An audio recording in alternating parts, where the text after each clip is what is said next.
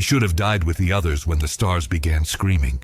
Archivist Secundus Matthias Caney had spent 43 years cataloging the forgotten edges of the Imperium's expansion, documenting compliance victories and Xenos extinctions across the northern rim of the Segmentum Obscurus.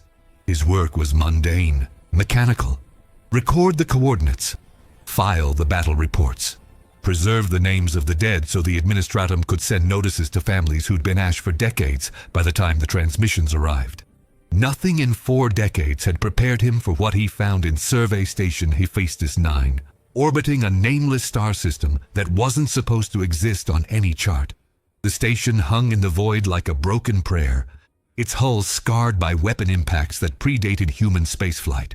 Matthias floated through corridors where the walls themselves seemed wrong, composed of materials that absorbed light rather than reflecting it. His suit's auspex screamed contradictions at him. Carbon dating suggested the station was billions of years old. The power cores still hummed with energy that should have depleted 60 million years ago. Then he found the chamber. It stretched beyond the limits of his helmet lamps. A vast cathedral carved from a single piece of black stone that drank illumination whole. In the center stood a sarcophagus the size of a titan's chest plate, covered in geometric patterns that hurt to perceive. They shifted when he looked away, rearranging themselves into new configurations of impossible mathematics. His suit's chrono began counting backwards. The temperature dropped so rapidly, his breath crystallized inside his helmet.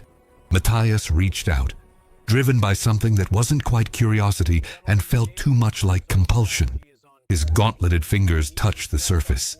The sarcophagus opened. What emerged wasn't alive, not in any way that mattered to human definition. It stood upright with the bearing of ancient royalty.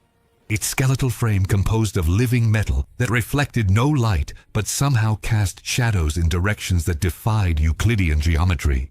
Green fire burned in eye sockets deeper than stellar nebulae. When it turned its gaze upon him, Matthias felt his soul measured, catalogued, and found entirely irrelevant.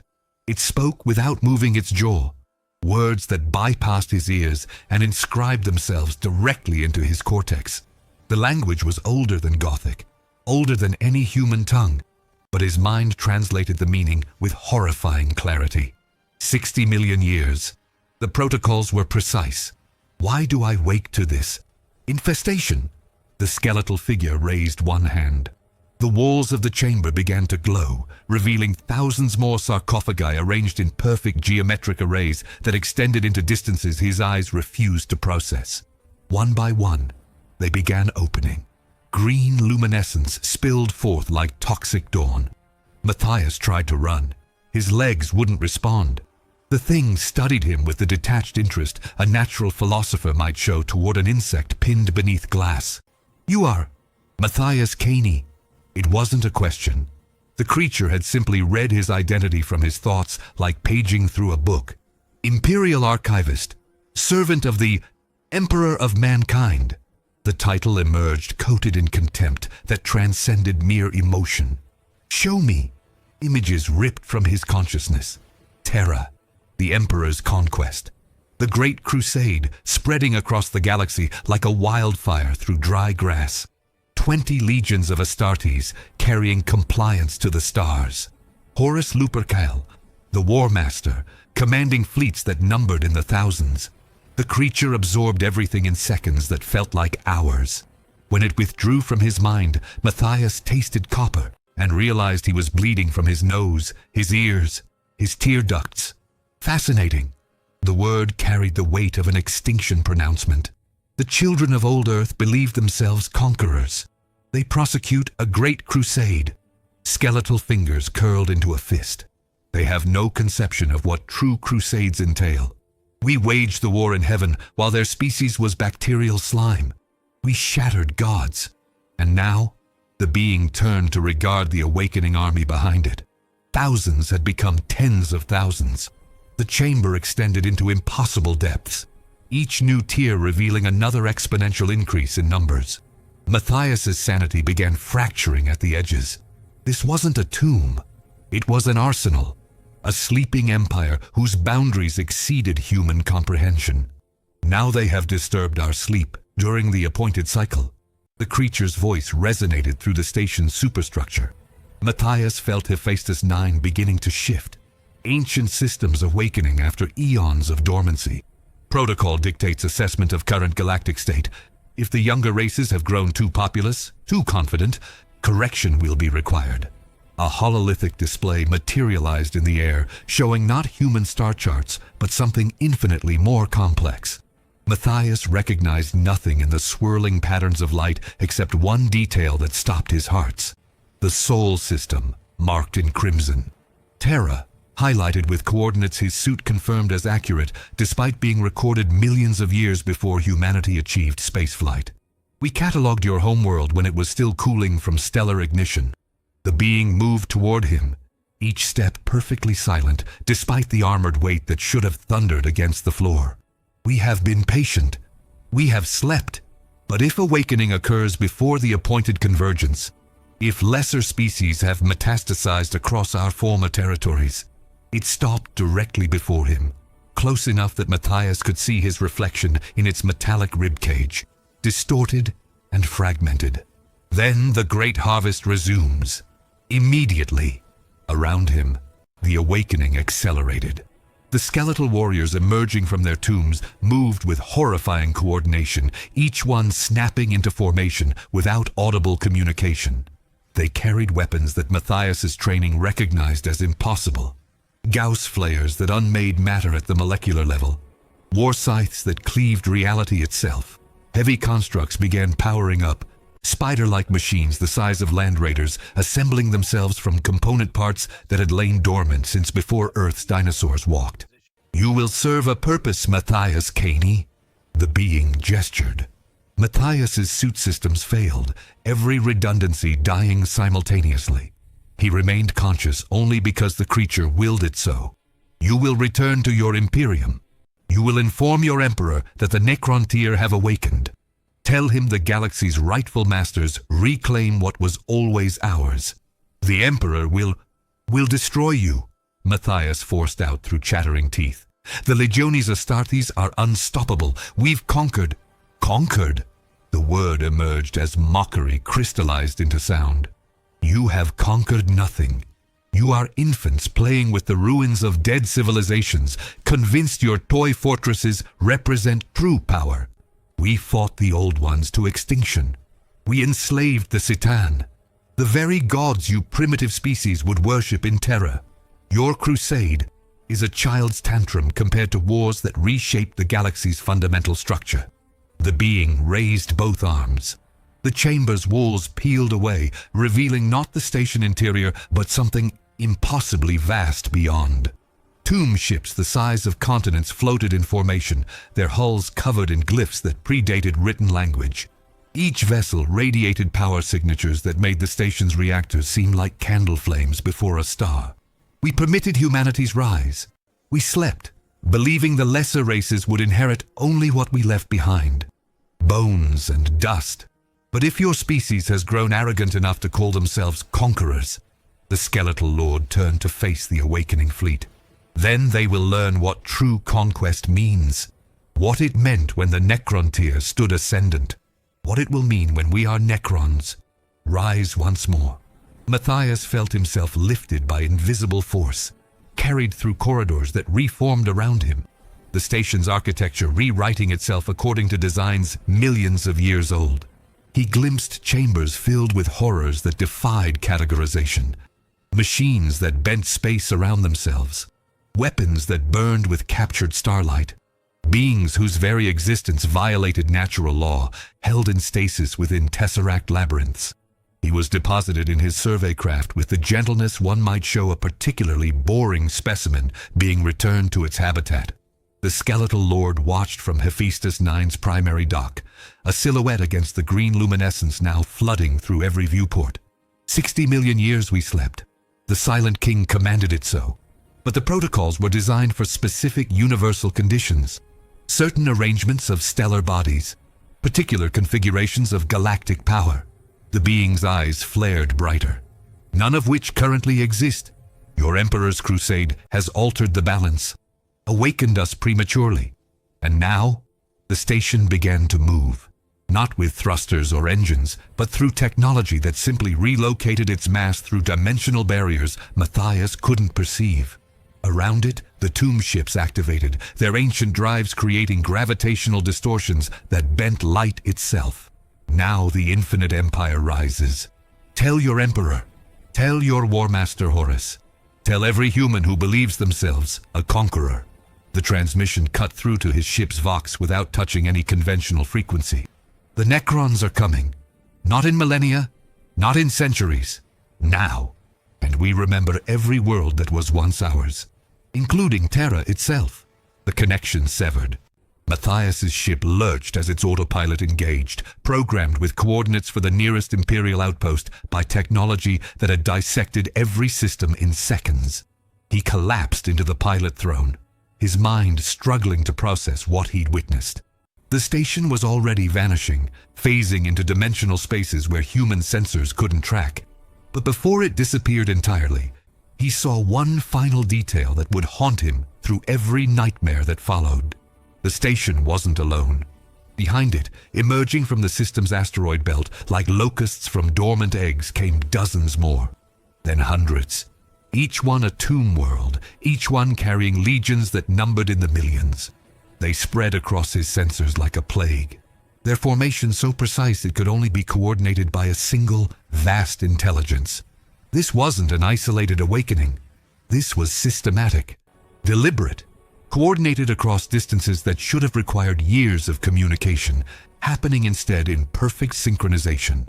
Somewhere in the galaxy's depths, something ancient had given the order, and billions of skeletal warriors were answering with the inevitability of planets falling into their suns. Matthias reached for the vox with shaking hands. He needed to transmit this, needed to warn someone. Terra, the War Master, anyone who could comprehend what was coming. But the words wouldn't form. How could he explain what he'd seen? How could he make them understand that humanity's great crusade, 2 centuries of conquest and triumph, had just become utterly, catastrophically meaningless? The skeletal lord had called it awakening prematurely. That meant there were protocols, plans laid down millions of years ago.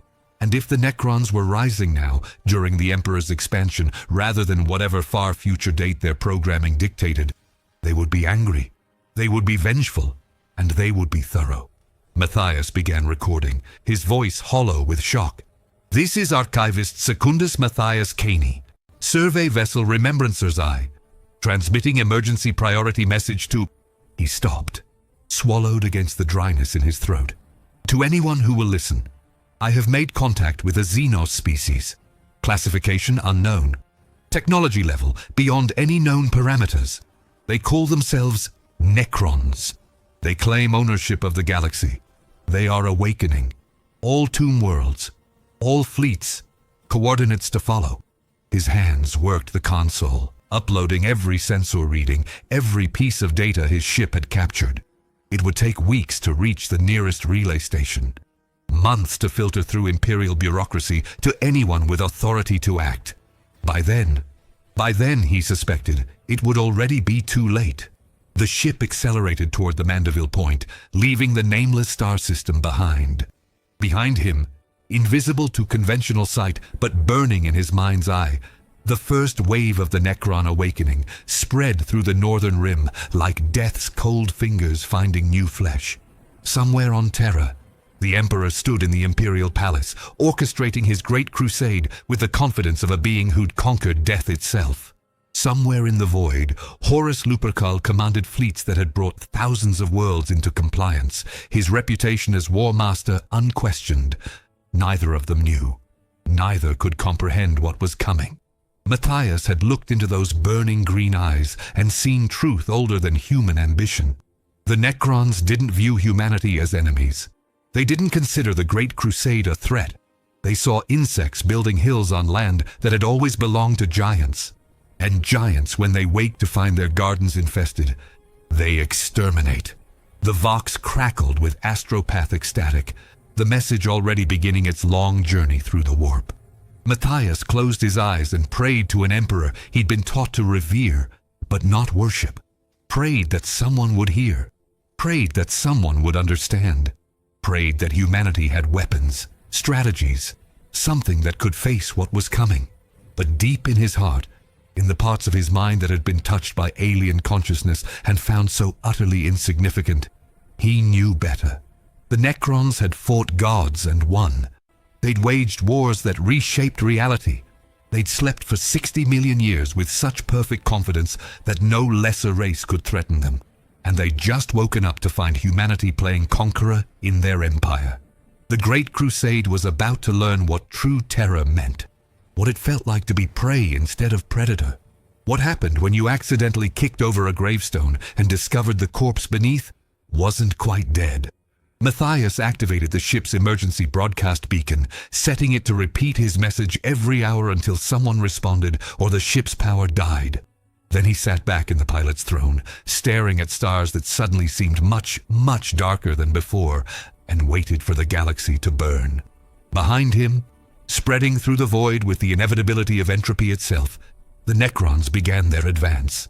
And somewhere in the dark between stars, something else stirred. More tomb worlds, more fleets, more legions than the Imperium had soldiers. The galaxy's rightful masters were coming home, and they were not pleased with what the vermin had done to their property. The message reached Terra 3 months later. By then, 17 Imperial compliance fleets had gone silent across the northern rim. No distress calls, no final transmissions, just absence where thousands of warships had been. The Administratum filed reports. The Mechanicum analyzed sensor ghosts. And on the command deck of the Vengeful Spirit, War Master Horus Lupercal studied hololithic displays that showed entire expedition routes simply ending. 17 fleets. He spoke without turning from the tactical display, his voice carrying the weight of a demigod who'd conquered 1,000 worlds. Over 40,000 astartes, 2 million Imperial Army personnel, gone in 90 days. Perhaps warp storms, War Master.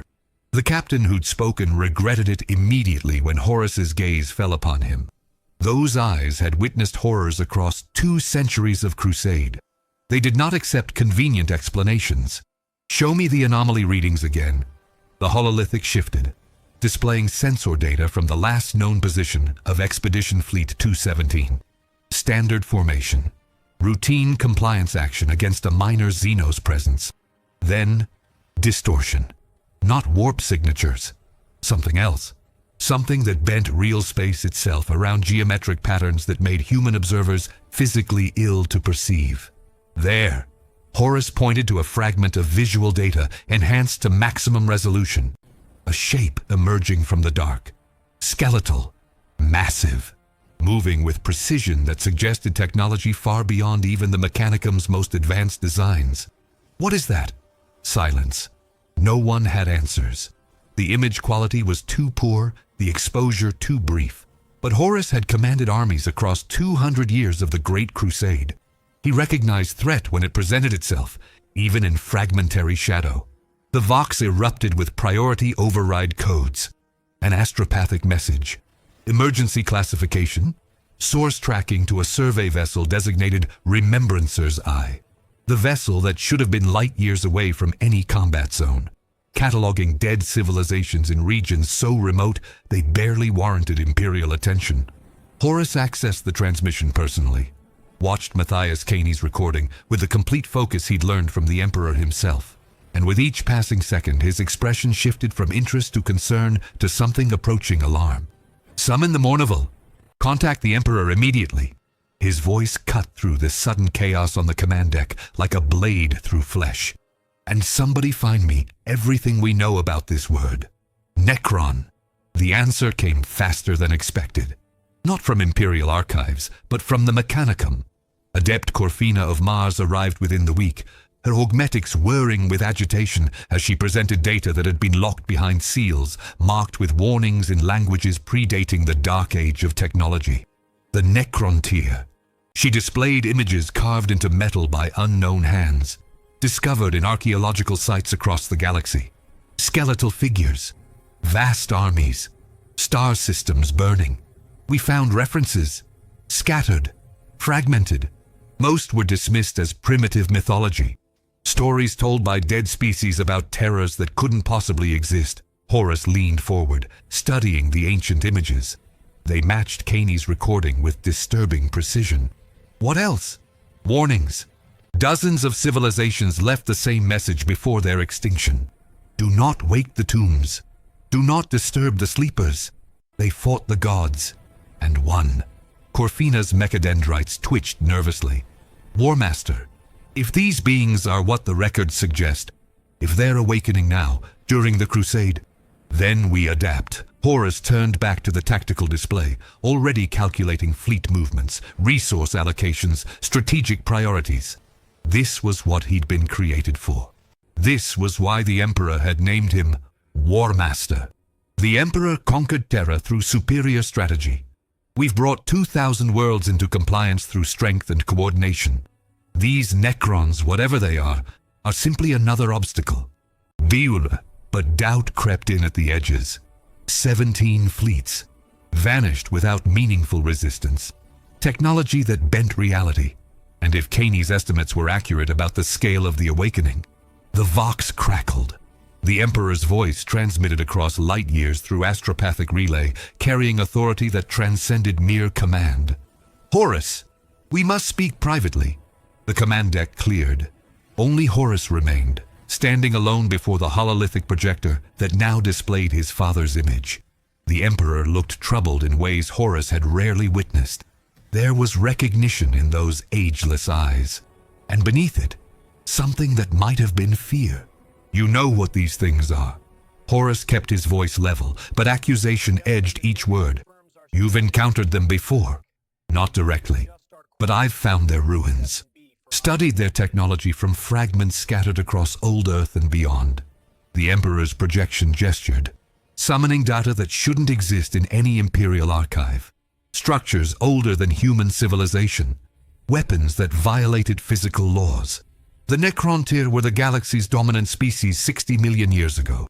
They waged war against beings we would call gods, and they won through technology so advanced it might as well be sorcery. Then they can be defeated. They defeated themselves. Internal conflicts.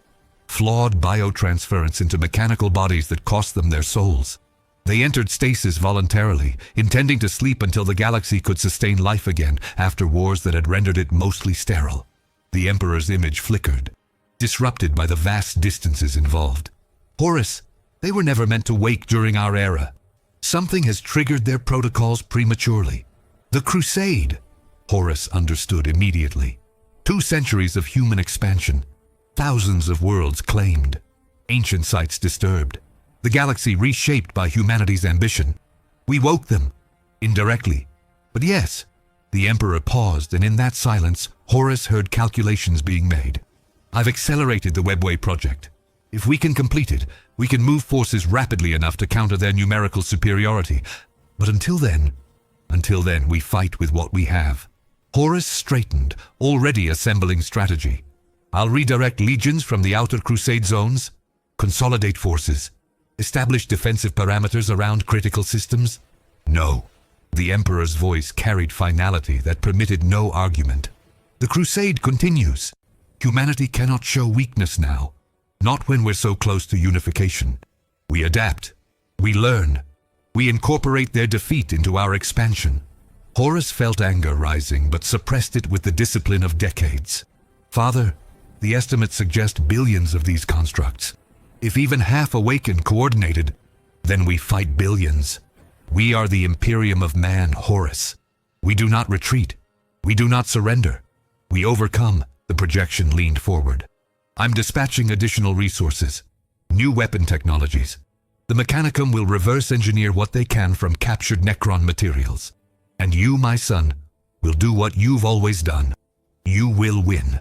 The transmission ended. Horus stood alone in the command chamber, surrounded by tactical displays that suddenly seemed inadequate. He'd fought orcs by the billions. He'd prosecuted compliance actions against technologically advanced human civilizations. He'd seen Xenos horrors that would drive normal men insane. But this felt different. This felt like standing at the edge of an abyss and hearing something vast stirring in the depths below. The Mournival entered at his summons. Garvia Loken, Tarek Torgadon, Ezekiel Abaddon, and Horus Aximand. his most trusted advisors, warriors who'd stood beside him through 2 centuries of triumph. The Emperor commands we continue the crusade. Horus studied each face, measuring their reactions. We redirect 10 legions to northern rim containment. The rest maintain expansion trajectories. We fight this threat while simultaneously pressing our advantage elsewhere. Is that wise, War Master? Loken's voice carried respectful doubt. If these Xenos are as dangerous as the reports suggest, then we cannot afford to appear weak. Horus activated new displays, showing fleet distributions, legion deployments, resource allocations. Fear spreads faster than truth. If the Imperium looks vulnerable, every subjugated world will see opportunity. Every Xenos empire will smell weakness. We must project strength even while bleeding. Abaddon grinned, a warrior's hunger for violence evident. Finally, a real war. Not compliance actions against primitives, but actual combat. This won't be glorious, Ezekiel. Horus's warning carried weight from experience. Glory requires victory. From what I've seen, he displayed Kaney's footage again. The skeletal legions emerging from tombs numbered in millions. This will be survival. The weeks that followed proved him catastrophically correct. The Necron advance accelerated with mechanical precision. They didn't conquer worlds. They reclaimed them. Ancient tomb complexes activated beneath imperial settlements. Entire populations vanished in coordinated harvests that left cities intact but utterly empty. The skeletal warriors moved in formations that suggested hive mind coordination, each unit part of a vast intelligence that processed battlefield data faster than human thought. Horus redirected the Iron Hands under Ferrus Manus, their affinity for technology making them ideal for analyzing Necron weaknesses. The Space Wolves deployed in lightning strikes meant to disrupt tomb awakenings before full activation. The Ultramarines established defensive networks across potentially threatened sectors, their tactical doctrine adapting hourly as new intelligence arrived. It wasn't enough. The Battle of Varsith became legend for all the wrong reasons. 12,000 astartes from the Word-Bearers Legion, supported by Imperial Army divisions numbering 200,000, faced a Necron force estimated at half their number. The Space Marines advanced with the confidence of demigods who'd never known defeat. They were annihilated in 6 hours. Gauss weapons unmade Astartes armor at the molecular level. Warriors who fell simply reassembled, their necrodermis bodies self-repairing faster than Imperial forces could inflict permanent damage. And when the Necrons deployed their heavy constructs, monoliths that phased through reality itself, doomsday arcs whose weapons cracked planetary crusts, the Word-Bearers broke. Not from cowardice, but from the simple mathematics of fighting an enemy that couldn't be killed by conventional means. Lorgar Aurelian, the Primarch himself, barely escaped. He arrived on the Vengeful Spirit 3 weeks later, his legion shattered, his faith in the Emperor's invincibility badly shaken. Horus found him in the observation deck, staring at stars with eyes that had witnessed horror. "They're not alive, Horus," Lorgar's voice carried hollow disbelief. "Not in any meaningful sense. I tried to speak with them, to understand their purpose, but there's nothing there. No souls, no divine spark, just programming. Ancient protocols executing commands laid down millions of years ago. Did you learn anything useful?" "Yes." Lorgar turned, and in his eyes Horus saw something that would later prove catastrophic. "I learned that the Emperor's vision isn't unique. These Necrons once ruled the galaxy through pure materialism, pure technology, and they nearly succeeded in eliminating all other life. The Emperor follows the same path, just with flesh instead of metal. And look how that ended for them." Horus felt alarm. Lorgar was spiraling, seeking meaning in disaster. "Brother, they fought gods, Horus. Literal gods. The Citan. Star-devouring entities that ruled reality like we rule individual worlds. And the Necrons enslaved them, broke them into shards, imprisoned them in tesseract labyrinths." Lorgar laughed, the sound edged with hysteria. "If beings that powerful can be defeated, imprisoned, made to serve, what does that say about the Emperor's atheistic imperial truth? It says we must be stronger." Horus gripped Lorgar's shoulder, trying to anchor his brother against the philosophical collapse he saw beginning. The Emperor will find a way. We will adapt. But privately, Horus wondered. The casualty reports kept mounting. 30 Legion fleets now reported contact. Casualty ratios ran 20-1 in the Necrons' favor, and intelligence suggested the awakening was barely 10% complete. If billions more emerged, the answer came from an unexpected source. Adept Corfina returned with data acquired at horrific cost. An entire Mechanicum research expedition had sacrificed themselves studying a captured Necron tomb ship, transmitting their findings even as the vessel's defensive protocols reduced them to component atoms. But in those final moments, they'd uncovered something crucial. Flaws. Corfina displayed hololithic schematics, her augmetic voice trembling with excitement despite the losses. The biotransference wasn't perfect. 60 million years of stasis caused degradation. Madness in the lower hierarchies. Command structure dependencies. If we can identify and eliminate the Necron lords coordinating each dynasty, decapitation strikes. Horus understood immediately. Turn their coordination against them. Remove the intelligence, leave the warriors mindless. Precisely. The Necrons are hierarchical by design. Without overlords to direct them, the basic warriors default to simple defense protocols. Corfina zoomed to specific data points. Additionally, their phase-out protocols have vulnerabilities. Sufficient damage forces mass teleportation back to tomb ships for repair. If we destroy the tomb ships while warriors are deployed, it wasn't victory, but it was strategy. It was leverage. It was something the Imperium could actually use. Horus implemented the new doctrine immediately. Assassination missions targeted Necron nobility. Strike forces equipped with specialized weapons designed to prevent phase-out teleportation. Coordinated void warfare to eliminate tomb ships before ground forces could retreat.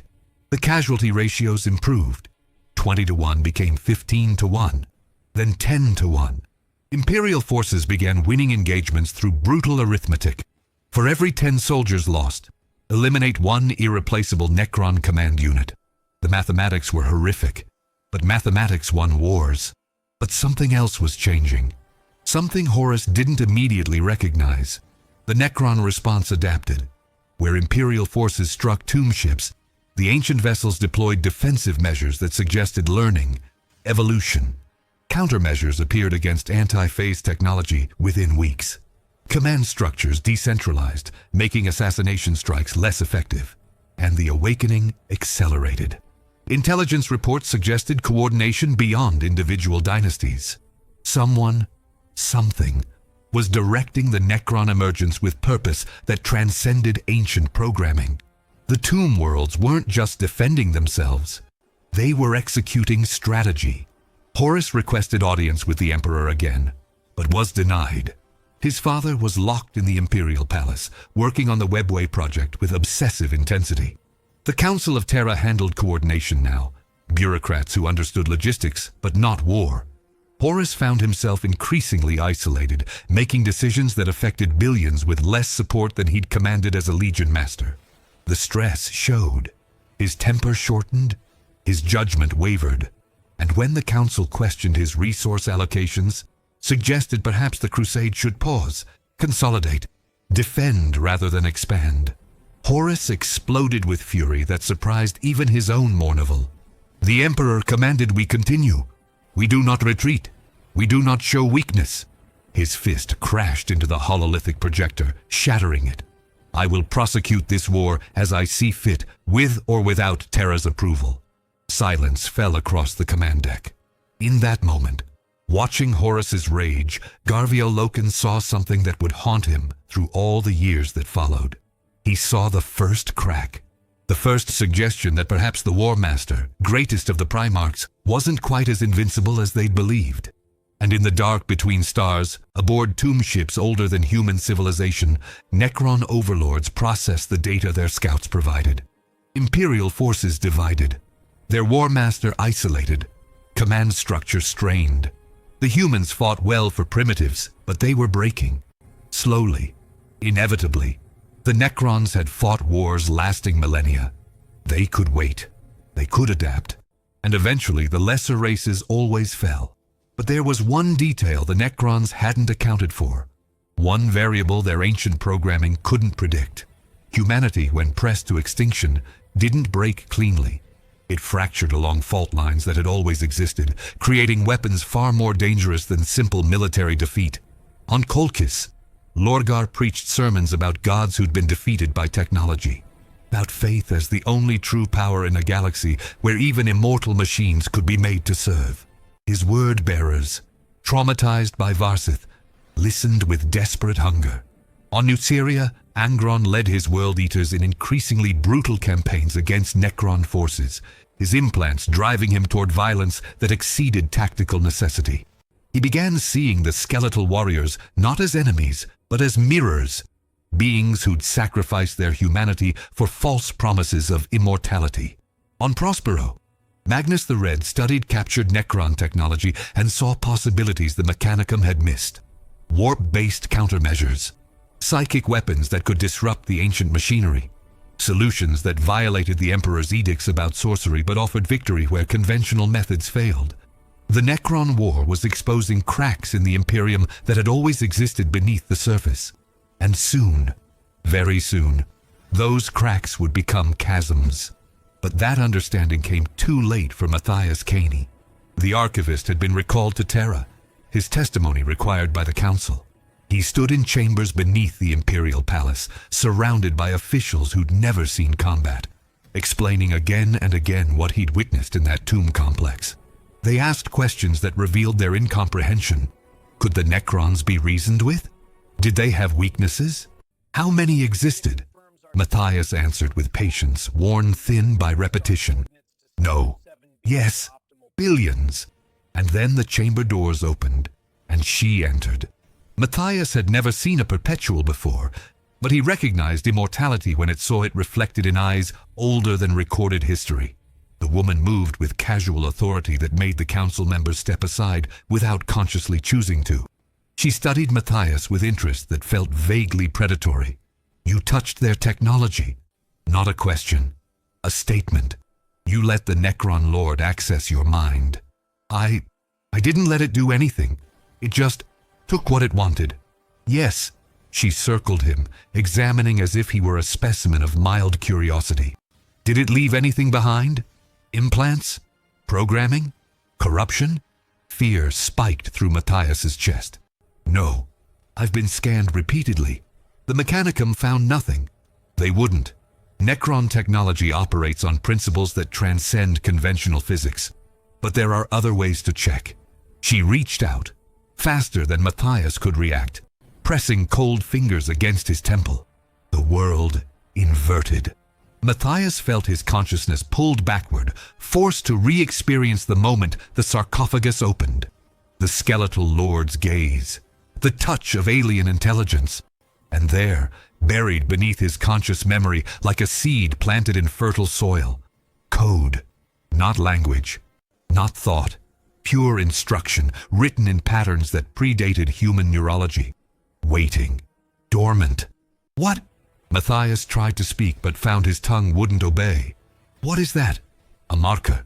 The woman withdrew her hand, her expression troubled. The Necron Lord tagged you. Not to control, simply to track. It knows where you are at every moment. Which means the walls exploded inward. Gauss fire reduced council members to component atoms before they could scream. Necron warriors phased through solid matter, their protocols directed by single simple command. Retrieve the marked specimen. Matthias ran, driven by instinct rather than hope. Behind him, the assassins moved with mechanical precision, killing everyone between them and their objective with emotionless efficiency. The custodian guard responded within seconds, their guardian spears meeting Necron war scythes in combat that lit the corridor with energy discharges. It bought Matthias 30 seconds. He used them to reach the nearest Vox terminal, activating emergency transmission protocols with hands that shook so badly he could barely hit the right keys. This is Matthias Caney. The Necrons are in the Imperial Palace. They're here for me. I'm tagged. I'm compromised. Anyone receiving this? A shadow fell across him. He looked up into green fire burning in skeletal sockets. I'm sorry. I'm so sorry. I brought them here. The Necron warrior reached for him with fingers that dripped molecules of previous victims. Matthias closed his eyes. The gauze discharge was surprisingly painless. His last thought, as his body came apart at the molecular level, was relief. Relief that he wouldn't have to watch the galaxy burn. Relief that whatever the skeletal lord had planted in his mind died with him. And relief that he'd transmitted the warning in time. Across Terra, alarm klaxons screamed. The Necrons had penetrated the imperial palace itself, the Emperor's seat of power, the heart of humanity's new empire. If they could reach Terra, they could reach anywhere. The Necron War had just become existential, and in the command deck of the Vengeful Spirit, Horus Lupercal received the news with expression that shifted through shock, fury, and something approaching despair before settling into cold determination. The Emperor had been wrong. Humanity couldn't win this conventionally, not against billions of immortal warriors with technology that transcended comprehension. They needed advantages, new weapons, different strategies. They needed to bend the rules. And if that meant turning to powers the Emperor had forbidden, Horus looked at the tactical displays showing casualty reports, territory lost, fleets vanished. He thought about Lorgar's questions regarding gods and faith, about Magnus's forbidden knowledge, about the desperate mathematics of fighting unwinnable wars. For the first time in 200 years of conquest, Horus considered that perhaps the Emperor's way wasn't the only way. Perhaps there were other sources of power. Perhaps to defeat one ancient evil, you needed to bargain with another. The thought should have horrified him. Instead, it felt almost like relief. Somewhere in the dark between stars, chaos smiled. The Necron War would continue for years. It would claim billions. It would reshape the Imperium's doctrine and expose fault lines that should have remained hidden. But its greatest casualty wouldn't be measured in lives lost. It would be measured in faith, broken, in trust, betrayed. In the moment when humanity's greatest champion looked at an impossible enemy and decided that victory, no matter the cost, mattered more than principles. The Necrons had awakened early. They'd forced humanity to confront its own fragility at the moment of its greatest expansion. And in doing so, they'd inadvertently created something far more dangerous than any ancient empire of living metal. They'd created desperation in a demigod who commanded legions. The galaxy would burn, not just from Necron gauze fire, but from fires lit by humanity's own hand. And it all began with a single archivist touching a sarcophagus he should have left buried.